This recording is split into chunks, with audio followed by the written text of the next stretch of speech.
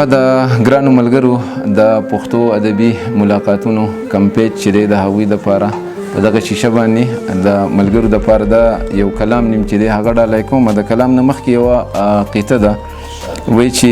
دا داسې ده لکه زما چې هر ارمان پوره شي،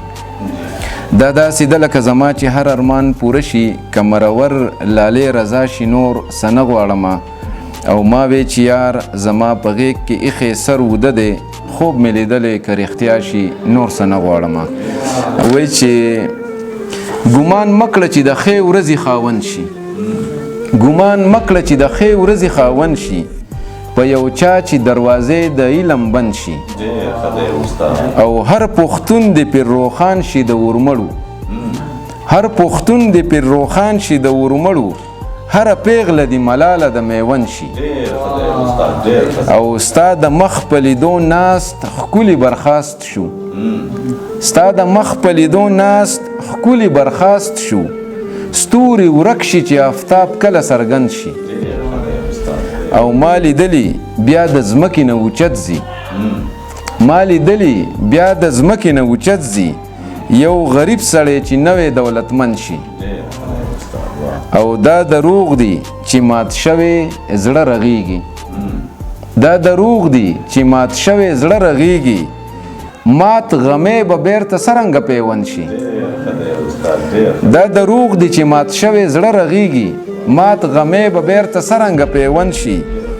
او کاش پښتو تر 12مه لازمي شي، کاش پښتو تر 12مه لازمي شي، کاش پوره مې دا یوه ارزو په ژوند شي، او ته دستاره پر اختیاله چې دانه یې، ته دستاره پر اختیاله چې دانه یې، چې ستا نوم واخلمه خوږ مې د خولې خوند شي، ګمان مه کړه چې د ښې ورځې خاوند شي، په یو چا چې دروازې د علم بند شي. ډېره زیاته مننه. کلام چې دی هغه ویمه وایي چې خاورې د سپوږمۍ په رڼا واړوي، خاورې د سپوږمۍ په رڼا واړوي، زلفې چې د مخ نه شها واړوي، او عمر له په ډانګ پیلي وایمه، عمر له په ډانګ پیلي وایمه، خدای خو دې له دې خویه ما واړوي، عمر له په ډانګ پیلي وایمه، خدای خو دې له دې خویه ما واړوي، او زهر راله راکړي په خوږو کې چې، زهر راله راکړي په خوږو کې چې،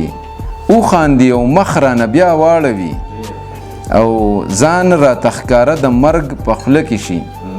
ځان راته ښکاره د مرګ په خوله کې شي، زوړ چینار چې کله هوا واړوي، او بیخ دې د دې ډېرې غریبۍ وځي، بیخ دې د دې ډېرې غریبۍ وځي، اور ته سړی واړوي را واړوي، او خدای چې غرقوي د کوم یو قام بیړه، خدای چې غرقوي د کوم یو قام بیړه، خدای په جاهله مولا واړوي، او ګرانې آسان کار دی د دستار وجل، ګرانې آسان کار دی د دستار وجل، څه دي خو بس څوک دې تا واړوي، خاورې د سپوږمۍ په رڼا واړوي، زلفې چې د مخ نه شها واړوي. ډېره زیاته مننه.